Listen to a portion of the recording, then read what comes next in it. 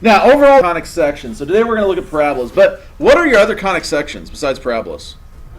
Ellipse, circle, point, line. How do you generate them? Not actually. Cutting into cones. Yeah. Cutting into a cone. The idea is if you have what's called a double mapped cone. Okay? So you actually have like a physical object, something like this, where it's the same. There's one here, and then there's one upside down on top of it, meeting at the 2 points.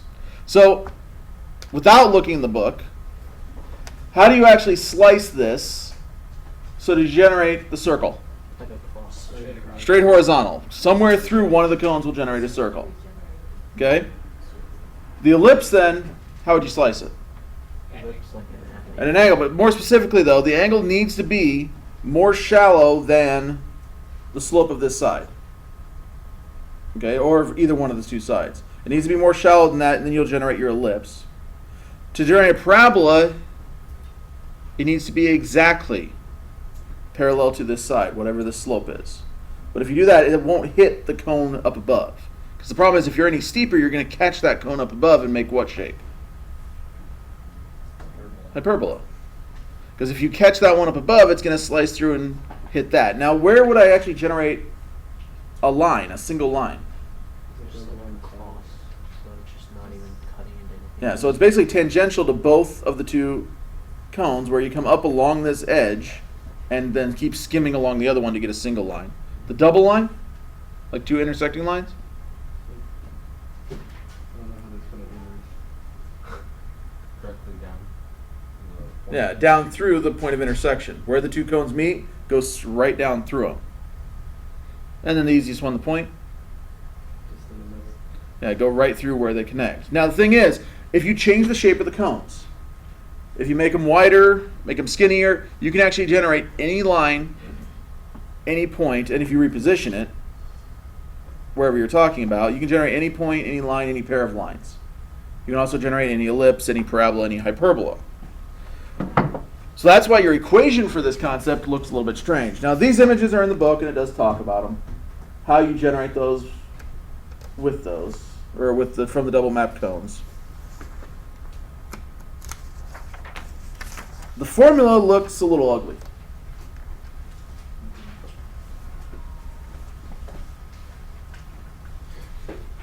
Okay. If you define these algebraically, this is the formula that you would use for any of these.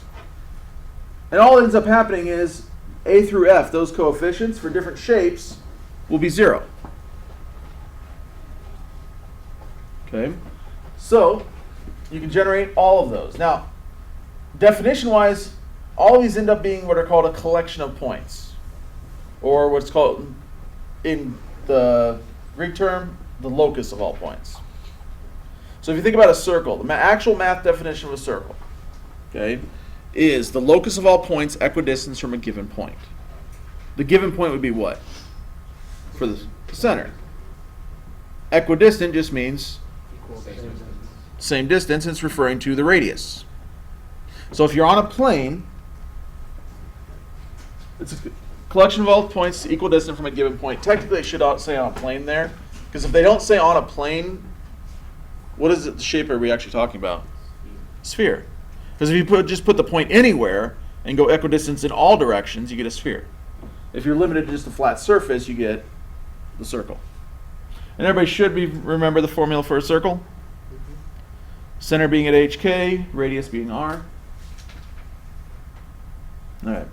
That's just review for that stuff. The parabola stuff, they do a slightly different form for this. Your standard parabola is just the quadratic ax squared plus bx plus c. In this case, if you go back to that longer form of the formula, anything with a y in it has a 0 in front of it. And you're left with just these three parts. Now this one opens up or down. We will deal with ones that open left and right as well. What's going to be the difference that when you open left or right? Negative or positive? No, negative and positive is just going to affect up or down. What? It's not a function in terms of x. It'd be a function in terms of what? Y. So instead of x squared, you have y squared. Okay, but a parabola is also what's called the locus of all points that are equidistant from a fixed line and a fixed point. So instead of like a circle where it's just one point, you actually have a point and a line. That point's your focus. The line is what's called the directrix. Remember talking about directrix before, or not much? Yeah. No. Some teachers do, some don't, depending. Do you? Usually. So I'm trying to figure out why Jan said no, but Awkward. so the idea ends up looking like this. You also have what's called an axis of symmetry. This book just calls it the axis. It's going to cut the parabola in half, going right through the vertex, through the focus. On that line, there's a line perpendicular to it called the directrix. That'll be the exact opposite distance from the vertex that the focus is. If you're on that line, these two distances from vertex to focus, vertex to directrix will be the same.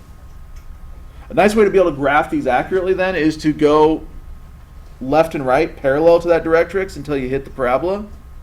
That distance will be always double what the distance from vertex to focus is. Because this distance from directrix to focus, that's that D2 distance, will be the same going out. So based on how far away that is, you can actually draw these pretty accurately without plotting a whole bunch of points for them. As long as you know where the directrix is and know where the focus is. Okay. Formula-wise, this book does it a little bit differently. For the standard form of the equation of parabola, they actually isolate the squared term.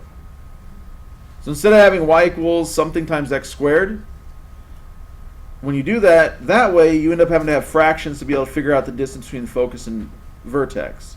This allows you to very easily, if you put the x squared by itself equals 4py, then this p-value, that's just your distance from focus to vertex. And it's actually a directional one as well. So if it's opening up, that p-value is going to be positive. If it's opening down, that p-value will be negative. Makes it a little bit easier to not have to deal with the fractions where if this was y equals, it'd be 1 over 4p x squared. Or whatever letter they decide to use for it before we did FS&T book. And then it makes the adaptation to shift it off. This is vertex at the origin. To shift it off, it makes that adaptation look a lot like when you were doing the ellipses and hyperbolas later on.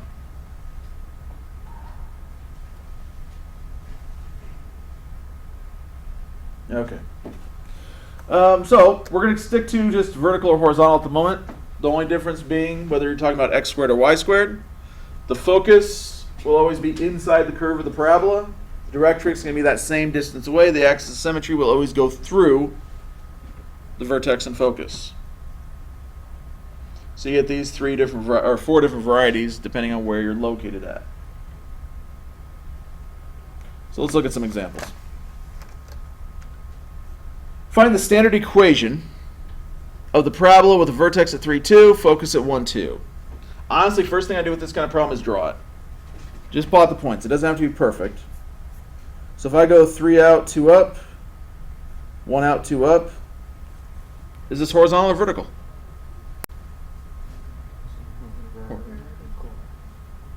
If this is the vertex, this is the focus. The parabola has to wrap around, go through the vertex, and go around the focus. Dimension-wise, that's nowhere near right, but it doesn't matter.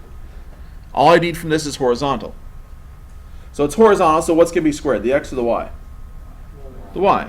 So I'm going to start off with y squared, and I'm going to leave myself some room here. So I have the y squared, the x is not. Then I just need to fill in some values. What's going to go inside the parentheses with the x and the y?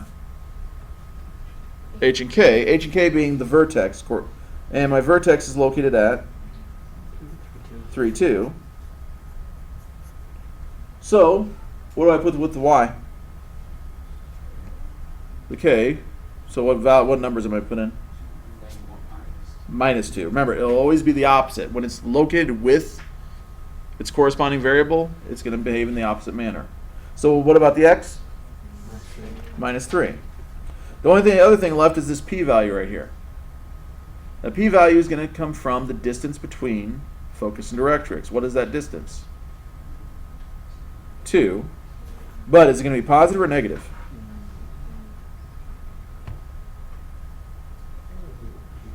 Well, is it opening in a positive direction or a negative direction?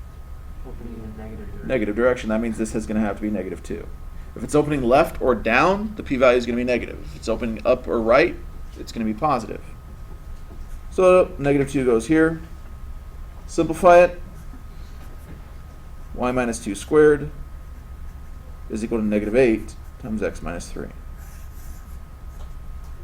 That would be your standard form of the equation of the parabola. Yes? So for the p-value, it's like from the vertex to the focus? From the vertex to the focus, yep. Okay.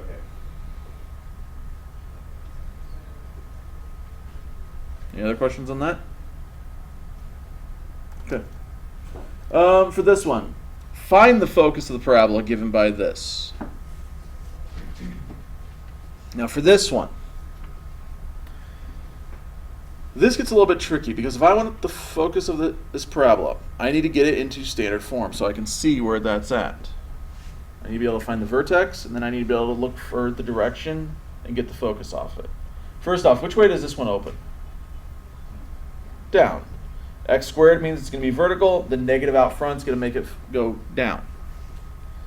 So then I need to adjust this equation until it's in that standard form. Any ideas? Distribute the 1/6. Actually, probably wouldn't. Because remember, I'm trying to get x by itself with one other number with it, right? What? Complete the square. I have a trinomial here. I want to break it up into different pieces. Okay, I'm actually going to move the 1/6 completely out of the way. I'm going to multiply both sides times negative 6 just to remove that. Okay? Now, what I want to do is I want to add something to this and then immediately negate that fact that I added something. And then keep the minus 2. I want a value in particular there that will allow me to turn this into x with something else squared. Plus 4. Yeah, plus 4, minus 4. B divided by 2 squared. Yeah, you take whatever value is with the x, you have it. That halved value is going to go in here, so plus 2. Squaring that value is what goes in the blank. And since I added 4 to negate the fact I have to subtract 4. So then what ends up outside of this x plus 2 squared? What's left, in other words?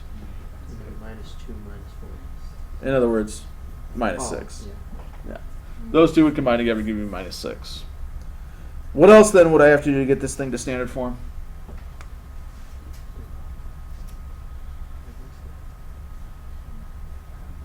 Add 6. I want to isolate the squared term for this. Okay, when we're doing standard. So I'm going to add 6. So I have negative 6y plus 6 and x plus 2 squared. Now what would I do to get that? Because remember, I want to set a parentheses here. And I want just y here with something added or subtracted from it. Yeah, factor out negative 6. So what's going to be inside? Y minus 1. Everybody follow that process.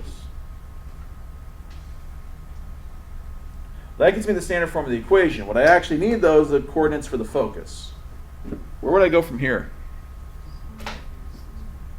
Say again?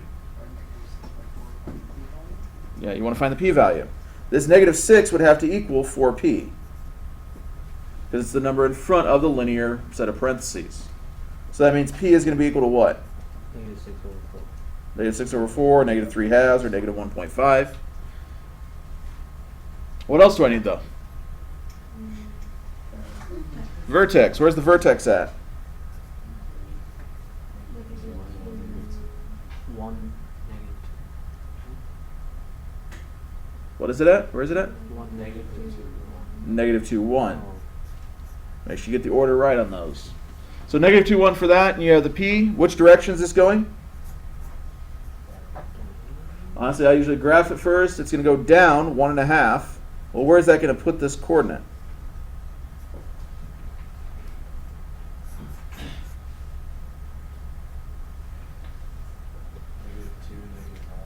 -2, -5. -2, -0.5. That would be your focus. So they're not going to ask. Say again? Yeah, we start at the vertex, -2, 1. Right? I'm not drawing the parabola, feel free to. So it's going to go down from that vertex. Okay? And then this chapter especially will be manipulating these things heavily. Okay, be able to find other information out about them from the equations or from given information. You also have some word problems, especially when we get to the later sections. Your turn. Find the standard form of this equation, or the equation of the parabola with the vertex at 1,3, focus at 1,5. Then write the quadratic form. Go ahead and do the first part first. Go ahead and find the standard form of the parabola where we have the vertex at 1,3, focus at 1,5. So which way is it open? So it opens up. If you graph it real fast, oops, 1,3, 1,5. And it's going to wrap around that. So, what does that tell you? X minus h is the one that's squared. So you're going to have x and squared. And then The y is not going to be. What's going to be inside with the x and y? -1 and -3. -1 and -3. And then you have p is 2 and so there's no, How do you know p is 2? because of the difference between 1, 3, and 5. Yeah, it's opening up, and the distance between these two would be 2. So you multiply that by 4, and that goes in front of minus 3. Yep, that gives you that a value. So that's what your equation would look like. How would I then write it in quadratic form? So Point. Yeah, FOIL and start solving. So x minus 1 squared plus 1. And distribute on both sides, just get rid of all the parentheses. Then what? Add 24 to both sides, which is 25 side, and then you divide everything by 8. Add the 24 to both sides. And divide everything by 8. The book leaves it like this, and if you did this, that's fine. Just to not have as many fractions. If you distribute the 1/8, that's fine as well. So if you have 8x squared over 8 minus x over 4 plus 25 over 8. But just to avoid fractions, they left it like this. So if this kind of question was on the test, you would need both of these answers. Questions on any of it? Yeah. Can you explain how you got the P one more time? P is literally just the distance between these two. So from 1,3 to 1,5 would be 2. And then adjust for positive or negative based on whether it's opening up or down. Okay, down is going to be negative, left is going to be negative. Up's positive, right's positive. Anything else? Yeah? So we basically need the first part, find the last part. Yep. Alright. Yeah, there's no good way to generate this equation without doing this first. Okay, rest of the time is yours. You have a decent amount. Do some of these.